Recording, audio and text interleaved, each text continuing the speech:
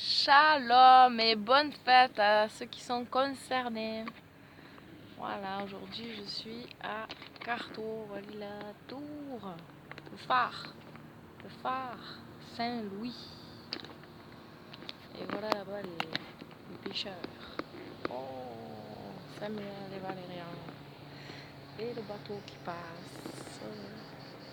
Alors, la lecture que je vais faire, c'est dans Jean, chapitre 4, verset 4 jusqu'au verset 42. Et le thème, c'est Yahusha, c'est comment amener les hommes à la foi en lui, afin qu'ils aient la vie éternelle.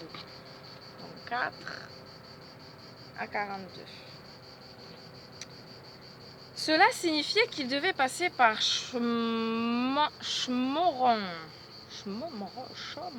comment on dit ça? Mais c'est Samarie, on a l'habitude de Samarie.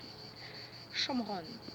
Il arriva dans une ville de Shomron appelée Shkem, près du champ de Yaakov, que Yaakov avait donné à son fils Yosef. Là se trouvait le puits de Yaakov, et Yahusha, fatigué par son voyage, s'assit au bord du puits. Il était environ midi. Une femme de Shomron vint pour puiser de l'eau. Yahusha lui dit: « Donne-moi un peu d'eau pour boire. » Ces Talmidim étaient allés en ville pour acheter de la nourriture. La femme de Shomron lui dit: « Comment toi, qui es juif, me demandes-tu de l'eau à moi, qui suis une femme de Shomron? Car les Juifs n'ont pas de relation avec les gens de Shomron. » Yahusha lui répondit: « Si tu connaissais le don de Dieu, et qui est celui qui te dit: donne-moi un peu d'eau pour boire, alors c'est toi qui lui en aurais demandé, et il t'aurait donné de l'eau vive. » Elle lui dit: « Maître, tu n'as pas de seau et le puits est profond. Où iras-tu chercher cette eau vive? Penses-tu être plus grand que notre père Yaakov? Il nous a donné ce puits, et il y a bu lui-même, ainsi que ses fils et son bétail. » Yahusha répondit: « Quiconque boit de cette eau aura de nouveau soif, mais celui qui boit l'eau que je lui donnerai n'aura plus jamais soif. Au contraire, l'eau que je lui donnerai deviendra en lui comme une source d'eau qui jaillira dans la vie éternelle. » « Maître, donne-moi de cette eau, lui dit la femme, afin que je n'ai plus soif et que je ne vienne plus puiser de l'eau ici. » Il lui dit: « Va, appelle ton mari et reviens ici. » Elle répondit: « Je n'ai pas de mari. » Yahusha lui dit: « Tu as raison, tu n'as pas de mari. Tu as eu 5 maris dans le passé, et tu n'es pas marié à l'homme avec qui tu vis en ce moment. Tu as dit la vérité. » « Maître, je vois que tu es un prophète, répondit la femme. Nos pères ont adoré sur cette montagne, mais vous dites que Yerushalayim est le lieu où il faut adorer. » Yahusha dit: « Femme, crois-moi, le moment vient où ce ne sera ni sur cette montagne, ni à Yerushalayim que vous adorerez le Père. Vous ne savez pas qui vous adorez, mais nous adorons ce que nous connaissons, car le salut vient des Juifs. Mais l'heure vient, elle est déjà là, où les vrais adorateurs adoreront le Père spirituellement et véritablement. Car ce sont là les adorateurs que veut le Père. Dieu est esprit, souffle. Et ceux qui l'adorent doivent l'adorer spirituellement et véritablement. » La femme répondit: « Je sais que le Mashiach vient, c'est-à-dire celui qui a été oint. Quand il viendra, il nous enseignera tout. » Yahusha lui dit: « Moi qui te parle, je le suis. » Alléluia. À ce moment, ces Talmidim arrivèrent. Ils étaient étonnés de l'avoir parlé avec une femme, mais aucun d'entre eux ne lui dit: « Que demandes-tu » ou « Pourquoi parles-tu avec elle ?» La femme laissa sa cruche d'eau, s'en alla à la ville et dit aux gens là-bas: « Venez, voyez cet homme qui m'a dit tout ce que j'ai fait. Se pourrait-il qu'il soit le Messie ?» Ils sortirent de la ville et vinrent le trouver.